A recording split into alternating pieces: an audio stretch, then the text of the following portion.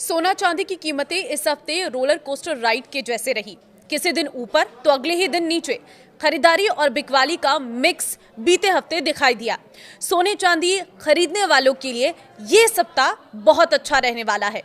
किस तरीके का आपको भाव देखने को मिल सकता है और आने वाले हफ्तों में क्या स्थिति रहने वाली है, इस रिपोर्ट में बताएंगे। नमस्कार, मैं हूं आपके साथ ममता तिवारी। आप देख रहे हैं न्यूज़ 18 का डिजिटल प्लेटफॉर्म। सोने और चांदी की कीमतों में और गिरावट देखने को मिल सकती है।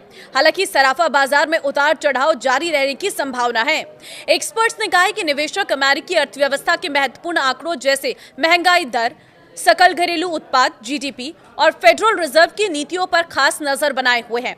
एक्सपर्ट्स के अनुसार कारोबारी संभावित ब्याज दरों में कटौती का समय और गति समझने के लिए अमेरिका के श्रम संबंधी आंकड़े, federal open market committee FOMC की बैठक के विवरण और फेड अधिकारियों के बयानों पर नजर रखेंगे। घरेलू बाजार में मल्टी कमोडिटी एक्सचेंज MCX पर चांदी के वायदा भाव में पिछले हफ्ते 5,532 रुपए यानी 2.2% की गिरावट देखने को मिली थी, जबकि सोने की कीमतों में 444 रुपए यानी 0.3% की मामूली तेजी दर्ज की गई थी। बताते चले कि पिछले हफ्ते शुक्रवार को दिल्ली के सराफा बाजार में चांदी की कीमत 13,500 रुपए यानी 5.03% की बड़ी गिरावट के साथ 2,55,000 रुपए प्रति किलोग्राम पर पहुंच गई थी, जो गुरुवार को 2,68,500 रुपए प्रति किलोग्राम के भाव पर बंद हुई थी। इसके अलावा 99.9% शुद्धता वाला सोना भी 2,400 रुपए यानी 1.5% टूटकर 1,58,500 रुपए प्रति 10 ग्राम रह गया था। पिछले कारोबारी सत्र को अगर हम देखें तो 1,60,900 रुपए प्रति 10 ग्राम पर यह बंद हुआ था। देखिए, सोना और चांदी सस्ता क्यों हो रहा है? तो देखिए, इस पर अगर हम बात करें तो एंजल वन के उपाध्यक्ष अनुसंधान गैर कृषि जिन्स और मुद्राएं प्रथमेश माल्या ने कहा है कि फरवरी 2026 में सोने की कीमतों में गिरावट आई है। 13 फरवरी की कीमतें 1,80,000 रुपए प्रति 10 ग्राम के उच्चतम स्तर से घटकर लगभग 1,53,800 रुपए प्रति 10 ग्राम हो गई है। उन्होंने कहा कि उम्मीद से अधिक मजबूत अमेरिकी रोजगार आंकड़ों ने निकट अवधि में दरों में कटौती की उम्मीदों को कम कर दिया है, जिससे पिछले सप्ताह सोने की कीमतों पर असर पड़ा है। आगे वो कहते हैं कि भू राजनीतिक तनाव और चंद्र नववर्ष से पहले मजबूत खरीदारी के चलते सोने की सुरक्षित निवेश के रूप में इसकी अपील बरकरार है।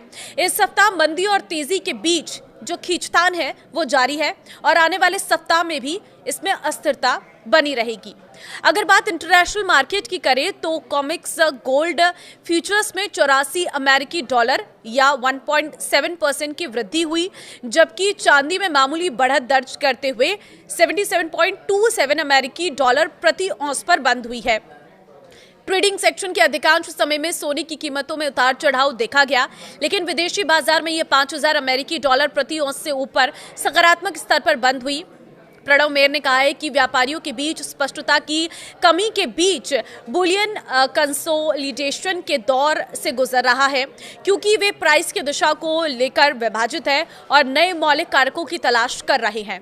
भारत और चीन से फिजिकल डिमांड में उतार चढ़ाव। विश्लेषकों का कहना है कि केंद्रीय बैंकों की खरीदारी, वैश्विक बाजारों में तकनीकी और AI शेयरों में आई भारी बिकवाली के बीच सुरक्षित निवेश की ओर रुझान और डॉलर इंडेक्स में नरमी ने सोने की कीमतों को सहारा दिया है।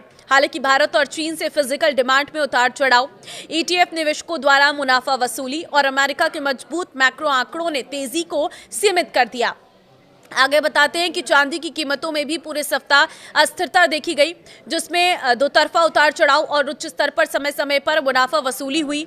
उन्होंने आगे कहा है कि औद्योगिक धातुओं में आई गिरावट और प्रमुख टेक्निकल रेस्ट्रेंट्स को तोड़ने में विफल रहने के बाद मुनाफा वसूली के कारण सफेद धातु पर दबाव पड़ा।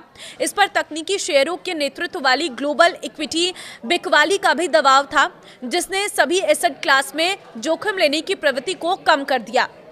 देखिए, विश्लेषकों का कहना है कि निकट भविष्य में सोने और चांदी दोनों के सीमित दायरे में रहने की संभावना है, क्योंकि निवेशक फेडरल रिजर्व की मौद्रिक नीति के दृष्टिकोण और व्यापक वैश्विक आर्थिक दिशा पर अधिक स्पष्टता की प्रतीक्षा कर रहे।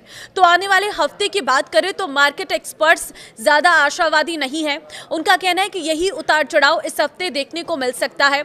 हाँ, अगर निवेशक लंबी अवधि के लिए अपने निवेश को तैयार करते हैं तो कुछ हद तक आने वाले कुछ महीनों में अच्छी स्थिति में रहेंगे। शॉर्ट टर्म की बात करें तो कीमतों में इतना उतार चढ़ाव है कि रिस्क बहुत ज्यादा है।